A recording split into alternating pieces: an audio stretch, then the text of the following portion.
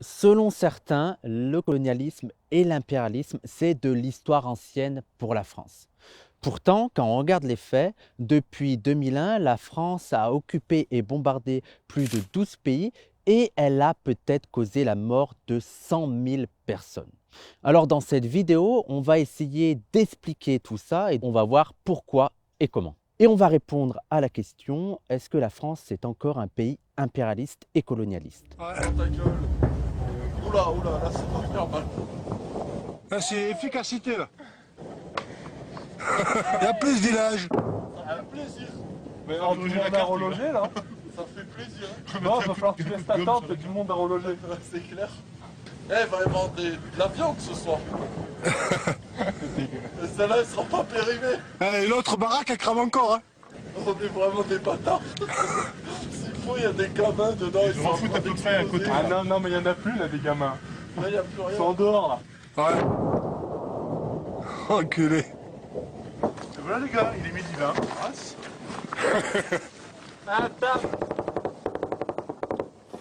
Pendant 13 années, 50 000 militaires français ont occupé l'Afghanistan où ils ont tiré plus de 400 000 cartouches et 19 000 obus.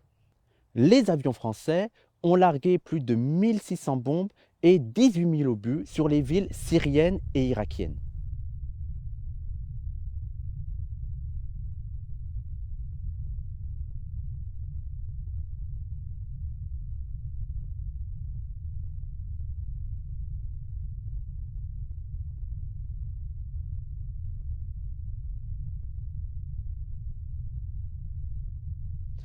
Ils ont lâché 600 bombes et fait 1200 tirs d'artillerie sur la seule ville de Mossoul, qui est la deuxième plus grande ville d'Irak, une ville qui a été rasée à 80%.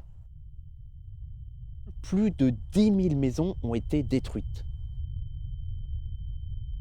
Il y a un siècle, 15% des victimes des conflits armés étaient civiles. Ce chiffre est monté à 50% pendant la Seconde Guerre mondiale et aujourd'hui, 90% des victimes des bombardements en zone urbaine sont des civils. D'après le colonel Le Grier, qui a été engagé en Afghanistan et en Irak, donc là on parle d'un responsable militaire, pas d'un afro-gauchiste, ce colonel a dit qu'avec ces bombardements de masse, l'armée française a détruit massivement les infrastructures et donné à la population une détestable image de ce qu'a pu être une libération à l'occidental. Sur la Libye, la France a largué 1000 bombes, 6000 missiles, 1500 roquettes et 3000 obus dans une guerre qu'elle a déclenchée et dont elle a été le principal financeur. Et c'est pas fini. Actuellement, l'armée française est présente dans 13 pays différents. En ce moment, au Sahel, la coalition internationale, dont fait partie la France, a tué plus de civils que le terrorisme. En effet, quand on regarde le Mali, par exemple, la coalition internationale a tué 1,4 fois plus de civils que les djihadistes, dont elle est pourtant censée les protéger. À titre d'exemple, au début de l'année, il y a une affaire qui a fait grand bruit, enfin grand bruit pas vraiment en France, mais l'armée française a bombardé un mariage, ce qui a fait 19 morts civils selon l'ONU, et la France en fait l'a toujours nié. L'armée française, responsable de la mort d'au moins 19 civils au Mali. C'est la conclusion d'une enquête des Nations Unies après la frappe aérienne du 3 janvier dernier près de Bounti, dans le centre du pays. Ce jour-là, la célébration d'un mariage avait réuni une centaine de personnes. Tout le monde attendait le repas du mariage. Soudain, nous avons aperçu un avion au-dessus de nous. Il volait très bas. Et d'un coup, de loin, j'ai entendu un grand boom. C'était la panique totale. J'ai pris la tangente avant d'entendre le second bruit. J'avais déjà quitté le village. Et le problème, c'est que ça peut continuer longtemps, parce que selon le général Lecointre, l'armée française a vocation à rester en Afrique pour les 10, voire les 20 prochaines années. Et même un autre général a dit que la France ne partirait peut-être jamais d'Afrique. Ce général conclut en révélant, à l'encontre du propos officiel, qu'en réalité, pour limiter les flux migratoires et éviter l'effondrement de l'Afrique de l'Ouest, on ne partira jamais, on ne veut pas, on ne peut pas.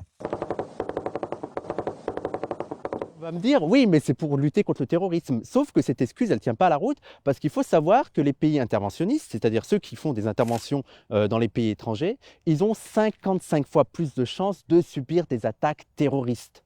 Et il faut savoir aussi que les interventions militaires occidentales ont lieu systématiquement avant les attaques terroristes. Il faut savoir que jusqu'en 2015, la France n'avait jamais été attaquée par Daesh. Sauf que de août 2014 à janvier 2015, la coalition internationale a attaqué ces territoires. Elle a notamment procédé à 2114 raids sur la ville de Raqqa et sur d'autres villes de la région. Des avions Rafale ont pilonné un objectif et l'ont entièrement détruit. La France est devenue le deuxième pays à se joindre à la campagne de frappes américaines entamée le 8 août.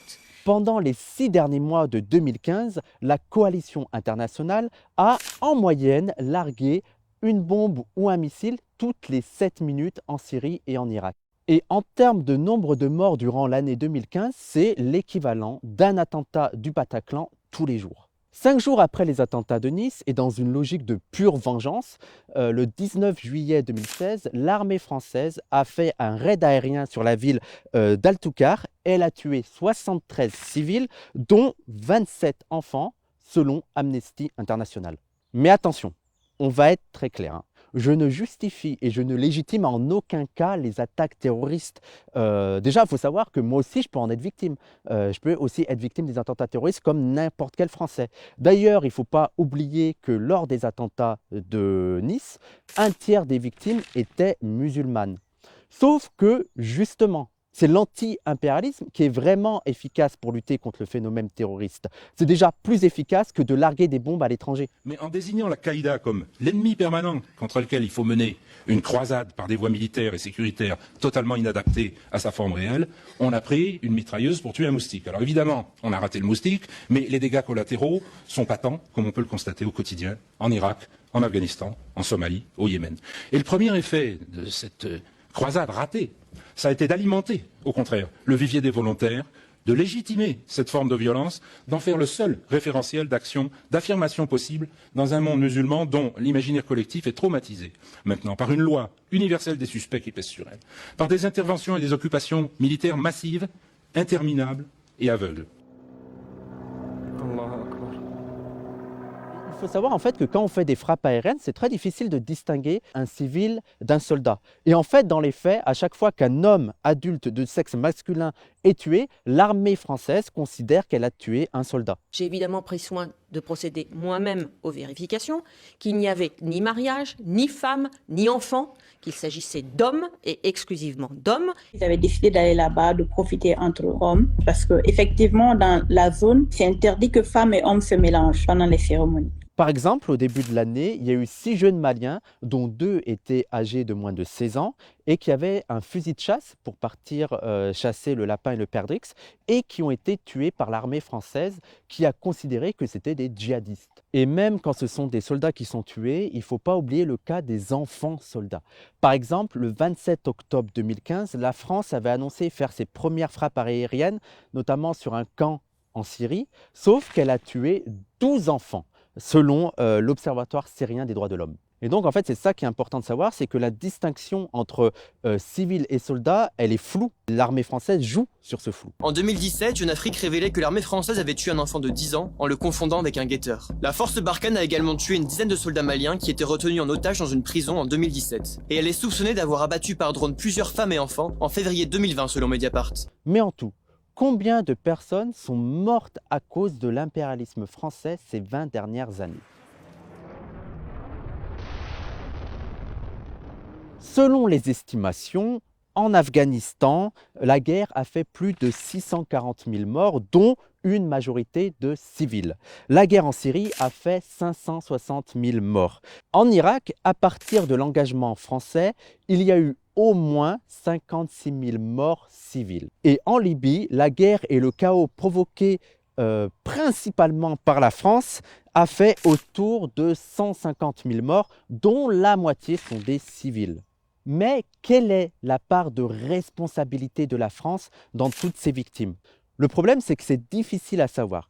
L'armée française, elle est appelée la Grande Muette parce qu'elle est très opaque sur ses opérations. Et en fait, comme la France cache sa responsabilité derrière la responsabilité collective de la coalition internationale, c'est assez difficile d'estimer précisément sa part de responsabilité, combien de victimes elle a fait vraiment. Mais on va quand même essayer de le faire. On sait par exemple que la France constituait 4% des troupes de l'OTAN en Afghanistan. L'armée française a aussi réalisé 9% des bombardements en Syrie et en Irak. C'était le deuxième contributeur de bombardement derrière les États-Unis. Et on sait aussi que la France a réalisé 35% des bombardements en Libye. Et donc, si on attribue à la France la responsabilité de 4% des morts en Afghanistan, 9% des morts en Irak et en Syrie et 35% des morts en Libye, on arrive au total à environ 132 000 morts. Donc là, on a parlé des morts en Afghanistan, en Irak, en Syrie et en Libye, mais on ne doit pas oublier aussi les autres interventions françaises. Et là aussi, c'est difficile d'estimer le nombre de morts. Et aussi, on pourrait aller plus loin et prendre en compte les morts causées non pas directement par l'armée française, mais par l'industrie militaire, par l'industrie de l'armement français, dont le premier client, c'est l'Arabie Saoudite, à qui la France a vendu 1944 blindés. Et cette même Arabie Saoudite est en train de mener une guerre terrible contre le Yémen, dans laquelle il y a 233 000 morts, dont un quart d'enfants. Donc vous voyez qu'avec tous ces chiffres, on peut raisonnablement attribuer à la France la responsabilité d'au moins 100 000 morts depuis 20 ans. Pour vous donner un ordre d'idée de ce que ça représente, 100 000 morts, dites-vous que c'est en gros 400 fois les attentats du Bataclan additionnés à 500 fois les attentats de Nice. Bien sûr, on peut critiquer l'estimation qu'on est en train de faire. Certains vont nous dire qu'on peut être sûr et certain que de 10 000 morts. D'autres vont nous dire que c'est beaucoup plus que 100 000 morts si on prend en compte en fait tout le chaos politique et économique que ces guerres ont causé. Si on prend notamment la domination, d'autres ordres de domination, notamment la domination économique, le soutien à certaines dictatures. Mais il faut savoir que là, on essaye d'établir une estimation moyenne qui est plausible pour un peu tout le monde. Et surtout, les estimations sont difficiles à faire à cause de l'État français qui est très opaque sur ces opérations. Jamais l'armée française n'a reconnu d'erreur. Elle mène des frappes toutes les semaines, elle mène des opérations terrestres quasiment tous les jours. Alors soit elle est vraiment exceptionnelle, soit elle ment. Aucun chiffre en revanche sur le nombre de victimes civiles.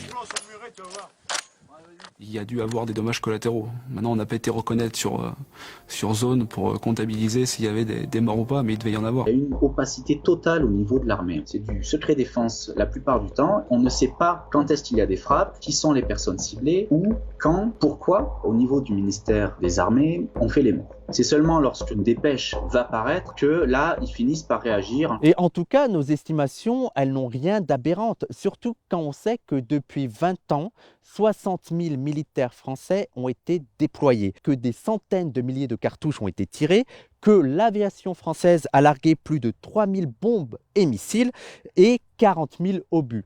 Et enfin, des dizaines de milliers de munitions ont été tirées.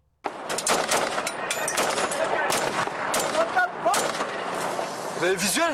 Non, mais je sais pas, je tire n'importe où pour voir. Dis-moi où c'est. Ah, mais justement, moi je vois pas, j'entends, c'est tout.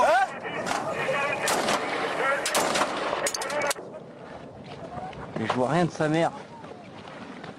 Tout ce qui est autour du village, à part des gamins, tout ce que tu vois bouger, feu. Et il faut de suite réagir en conséquence, appliquer des feux. Mais bon, c'est sûr qu'on voit pas toujours où on tient. Finalement, devant la résistance des talibans, le village est bombardé. Tu sais qu'il y a des enfants, tu le sais, tu les as vus une heure avant peut-être. Et en plus de toutes ces violences, en plus de tous ces morts, il ne faut pas oublier non plus que ces soldats, l'armée française, peut humilier les populations locales. Ah, on va lui faire peut-être qu'il a un mot à dire à Chiffon. Ah, stop. Chiffon, il est où Chiffon? Ah, Chiffon. Non? Ok. Apparemment, il n'a pas vu Chiffon. T'as vu Chiffon? Oui ou non? Chiffon fait caca. Chiffon fait caca. Si, Chiffon. Non, ok. Lui aussi apparemment, il comprend pas pourquoi Chiffon n'est pas là. Ouais, je comprends pas non plus. Il est énervé là. Là, il est énervé. Regardez, je l'ai là. Un coup de poing vite, un petit coup de poing pour le faux. Regardez dedans, je l'ai. Ça arrive, il y a des blagues de mauvais goût.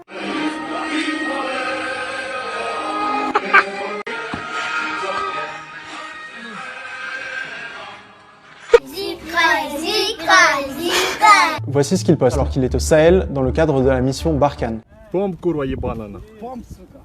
Et il ne faut pas non plus oublier qu'il y a des millions de personnes qui ont été déplacées.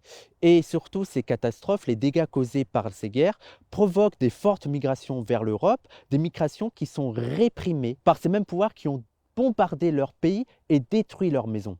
Et comme dans toutes les guerres, il y a aussi des affaires de viol. En Centrafrique, par exemple, un responsable de l'ONU a fait fuiter une affaire parce qu'une enquête pour viol n'avançait pas.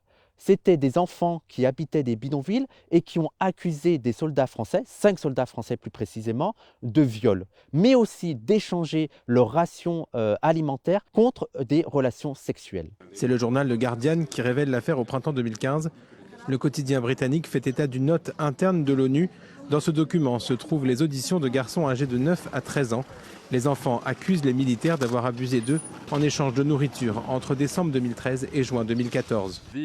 Les abus qui sont rapportés dans le document de l'ONU n'étaient probablement que la partie émergée de l'iceberg, de ce qui apparaît comme un comportement plus généralisé. Entre décembre et mai, comment se fait-il qu'il n'y ait eu aucune enquête menée par les forces armées françaises à ce moment-là? Ça ne concerne pas seulement 1, 2, 12, 15 soldats. Les autres devaient savoir. Et donc, on a des viols, on a des humiliations, on a des bombardements, on a des destructions de villes. Tout ça au nom des intérêts économiques de la France et au nom de nos valeurs. Si ça, ce n'est pas de l'impérialisme, qu'est-ce que c'est? Imaginez un peu l'inverse. Imaginez qu'en France, il y ait un coup d'État provoqué par des généraux factieux. Est-ce que vous seriez d'accord pour que 50 000 soldats afghans débarquent et occupent la France pendant 13 ans, tout ça pour sauver la République? De même, si un pétainiste ou un fasciste arrivait au pouvoir, est-ce que vous seriez d'accord pour que l'armée irakienne largue 600 bombes sur la ville de Lyon et rase la ville, un peu comme ce qu'on a fait pour Mossoul? Ou encore que l'armée libyenne intervienne pour renverser le gouvernement et organiser des élections démocratiques? Imaginez qu'il y ait une révolte de monarchistes catholiques en Bretagne. Est-ce que là, vous seriez d'accord pour que l'armée malienne débarque, bombarde des petits villages bretons et notamment bombarde des cérémonies de mariage, tout ça pour nous sauver de l'extrémisme catholique? Je pense que tout ça, vous ne l'accepteriez pas. Et d'ailleurs, les populations du Sud ne l'acceptent pas non plus. Elles ne veulent pas être occupées et bombardées par des forces étrangères. 80% des Maliens de la capitale ont une opinion négative de l'armée française. La majorité des Afghans ne voulaient pas des interventions occidentales, tout comme la majorité des Syriens et des Irakiens en 2015, était contre une intervention occidentale. Pour la Libye, l'opinion de la population est plus ambiguë, mais le problème, c'est que la France a complètement outrepassé le mandat que lui avait donné l'ONU pour protéger la population et elle a préféré renverser le gouvernement libyen. De plus, parfois, les interventions de la France sont légitimées par le fait que les chefs d'État demandent cette intervention. Mais le problème, c'est que ces chefs d'État ne sont pas souvent totalement indépendants, surtout en Afrique où la France exerce une forte pression. En fait, c'est malhonnête de justifier l'intervention française par la demande de chefs d'État qui subissent la domination française et qui savent qu'ils peuvent être renversés à tout moment. Et de même, la France peut soutenir des coups d'État comme au Tchad, voire même soutenir l'assassinat de dirigeants pourtant populaires comme Thomas Sankara, qui luttait notamment pour l'annulation de la dette africaine. Dans certaines anciennes colonies françaises, l'armée française est présente depuis l'indépendance. C'est le cas notamment du Gabon, depuis 1960, mais aussi de Djibouti depuis 1977, où la France possède des bases militaires permanentes. Mais pourquoi la France fait tout ça? Alors déjà, il faut se rentrer dans la tête que la France, elle ne fait pas ça seulement parce qu'elle serait sous la domination de l'impérialisme américain. C'est un autre impérialisme qui poursuit ses propres intérêts économiques. Et dans les guerres qu'on a citées, la France a souvent un rôle central, voire même parfois un rôle moteur. Par exemple, c'est l'armée française qui a commencé à bombarder la Libye le 20 mars 2011. D'ailleurs, il faut savoir que le jour même, Jean Ping, qui était le président de la Commission de l'Union africaine, devait se rendre à Tripoli pour mettre en place une feuille de route permettant une sortie de crise pacifique. Le problème, c'est que l'intervention française a mis un terme à ce processus. D'après des mails des renseignements américains à Hillary Clinton, qui ont été révélés par Wikileaks, l'armée française est intervenue pour empêcher Kadhafi de développer une monnaie africaine indépendante, le dinar or, qui aurait été indépendant de l'euro et du dollar et qui aurait permis de sortir l'Afrique de la logique de la dette. En plus, durant la guerre, les rebelles libyens ont promis à la France l'accès à 35% du pétrole de la Libye, sachant que la Libye dispose du plus gros réservoir de pétrole d'Afrique. Et il ne faut pas oublier non plus que la reconstruction de pays en ruine est un business juteux pour les entreprises françaises. Le directeur général du MEDEF International, Thierry Courtaigne, a estimé le marché de la reconstruction en Libye à 200 milliards de dollars. C'est beaucoup plus que les 320 millions dépensés par la France pour mener cette guerre. Et le secrétaire d'État au commerce extérieur, Pierre Lelouch, déclarait en 2011 « La France bénéficie d'un capital de sympathie élevé auprès des nouvelles autorités libyennes. Il est normal que les entreprises françaises en profitent. » Et de manière générale, l'impérialisme est indispensable au capitalisme, qui est un système économique qui repose dès le départ sur des échanges inégalitaires entre des nations dominées et des nations dominantes.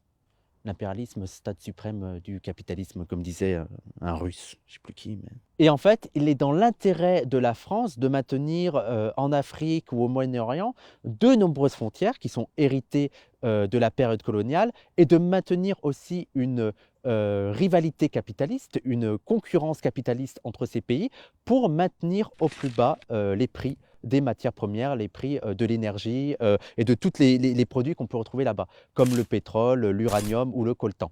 Et donc, c'est aussi dans leur intérêt de combattre les projets d'union régionale, notamment le panafricanisme, le panislamisme, le panarabisme, parce qu'il faut éviter d'unifier, il faut éviter que ces pays soient unis, parce que cette concurrence permet de maintenir ces pays dans la dépendance de l'Occident.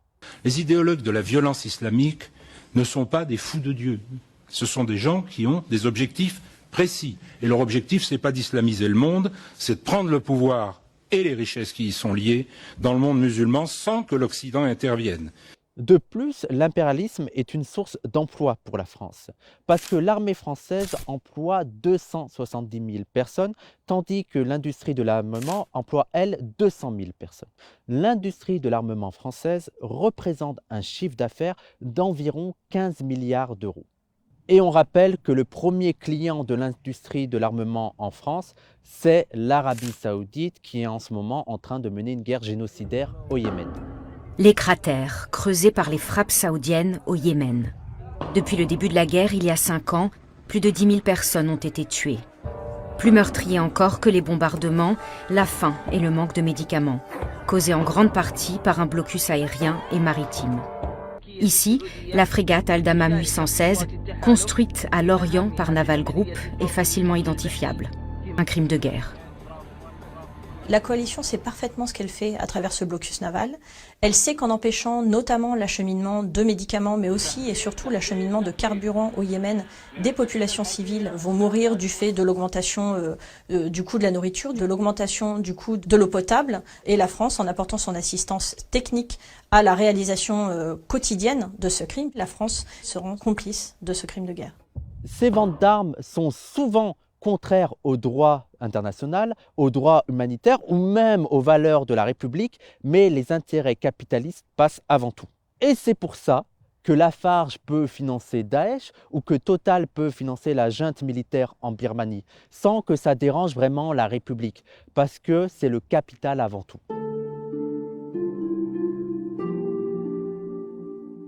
Souvent, cet impérialisme français est relativisé par l'impérialisme des autres pays. Pourtant, juste derrière les États-Unis, la France est le deuxième pays le plus impérialiste du monde quand on regarde ses occupations et ses bombardements. Ils sont donc devant la Chine, la Russie ou la Turquie. Avec les États-Unis, les Occidentaux ont plus de 1000 bases militaires à l'étranger. En comparaison, la Chine en a Une seule, et de toute façon, dans tous les cas, ce serait complètement idiot de justifier l'impérialisme français à cause de l'impérialisme des autres pays. C'est avec ce même argument que l'Occident justifiait l'esclavage et la colonisation avant. C'est pas parce que d'autres ont déjà bombardé, pillé, violé, esclavagisé que ça nous donne le droit de le faire. Et de même, on ne peut pas dire « Ah, faut occuper et bombarder l'Afrique, sinon c'est les Chinois ou les Russes qui vont le faire à notre place. » C'est un argument purement impérialiste et purement colonialiste qui se moque totalement des intérêts des Africains, qui eux d'ailleurs ne demandent pas à être protégés par la France. Maintenant qu'on a répondu positivement à la question « Est-ce que la France est un État impérialiste et colonialiste ?», il reste la question « Qu'est-ce qu'on peut faire ?» Aujourd'hui, le mouvement anti-impérialisme est quasiment inexistant en France.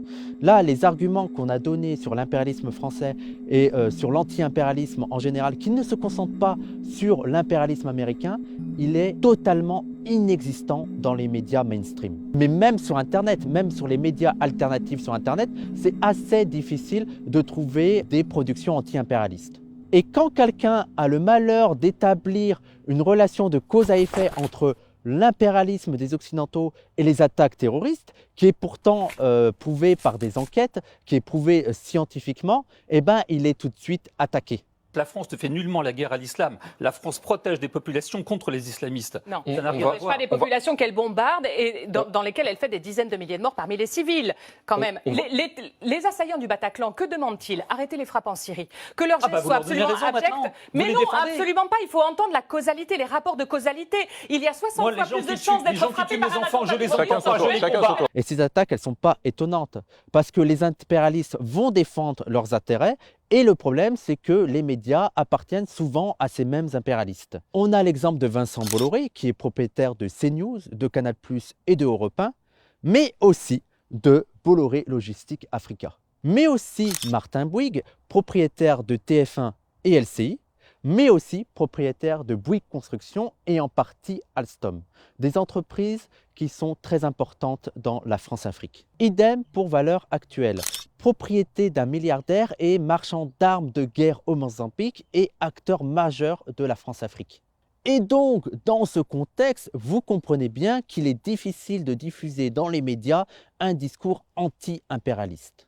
Et même la situation peut sembler sans issue. Il y a une anecdote qui raconte que Régis Debray était parti à Cuba pour faire la révolution et Che Guevara lui aurait dit « Mais pourquoi venez-vous combattre l'impérialisme ici alors que vous étiez au cœur de la bête ?» On retrouve un peu la même idée chez Noam Chomsky et notamment dans son livre « La responsabilité des intellectuels » où il explique que la responsabilité des militants du Nord, c'est de lutter avant tout contre l'impérialisme de leur propre pays. Parce qu'au fond, c'est bien gentil de dénoncer l'impérialisme de la Russie, de la Chine ou même des États-Unis.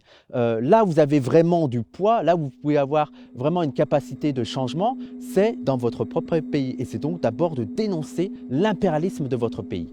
Alors malheureusement, nous, on n'a pas les mêmes moyens financiers, techniques que les grands médias mainstream. Malgré tout, on peut commencer déjà à propager ce discours anti-impérialiste. Et vous pouvez aussi participer à ça, notamment déjà en partageant cette vidéo, en soutenant des médias qui participent à ce discours anti-impérialiste, mais en soutenant aussi des organisations qui essayent de propager le discours anti-impérialiste. On peut citer notamment le collectif Ni guerre ni état de guerre, mais aussi la revue Survie qui fait un gros travail sur le thème de la France-Afrique. Et vous pouvez aussi nous aider financièrement en nous soutenant et en faisant un petit don, que ce soit sur la page PayPal ou sur la page Tipeee, à travers les liens que vous trouverez dans la description en dessous de cette vidéo.